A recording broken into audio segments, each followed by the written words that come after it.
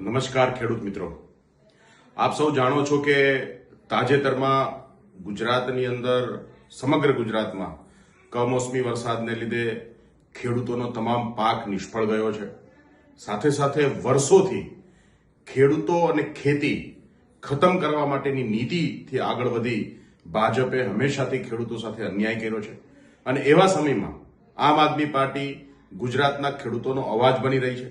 આમ આદમી પાર્ટીએ સતત ખેડૂતોને ન્યાય અપાવવા માટે લડત લડી છે અને આપણે સૌ જાણીએ છીએ કે બોટાદમાં જ્યારે કડદાખંડની સામે આંદોલન થયું ત્યારે આપણા 70 જેટલા ખેડૂતો જે છે આજે જેલમાં છે. આમ આદમી પાર્ટીના નેતાઓ જેલમાં છે અને એવા સમયમાં આમ આદમી પાર્ટી ગુજરાતના અલગ અલગ વિસ્તારોમાં ખેડૂત મહાપંચાયતનું આયોજન કરી રહી છે. આ ખેડૂત મહાપંચાયતના આયોજનના ભાગરૂપ આવતી 9મી તારીખે 3 વાગે 3 પાટિયાથી જામજોધપુર રોડ ઉપર એક ખેડૂત મહાપંચાયતનું આયોજન થવાનું છે. તમામ ખેડૂત મિત્રોને અને ગુજરાતના એવા તમામ લોકો કે જે આજે ખેડૂતોની સાથે છે, ખેડૂતોની સંવેદનાઓને સમજે છે, સૌને આ મહાપંચાયતમાં પધારવા માટે વિનંતી.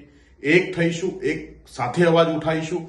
તમામ નાત જાત ભૂલી અને ખેડૂત સમાજ તરીકે જ્યારે આપણે આગળ વધીશું ત્યારે ગુજરાતની અંદર સત્તામાં બેઠેલી તાનાશાહ સરકાર જરૂર ઝૂકશે અને આપણને ન્યાય આપવા માટેની આપણી લડત ઓર મજબૂત થશે. તો આપ સૌ ખેડૂતોને આ 9 તારીખની ખેડૂત મહાપંચાયતમાં ઉપસ્થિત રહેવા માટે સૌને ભાવભર્યું આમંત્રણ છે. જય હિન્દ, જય ભારત, જય કિસાન.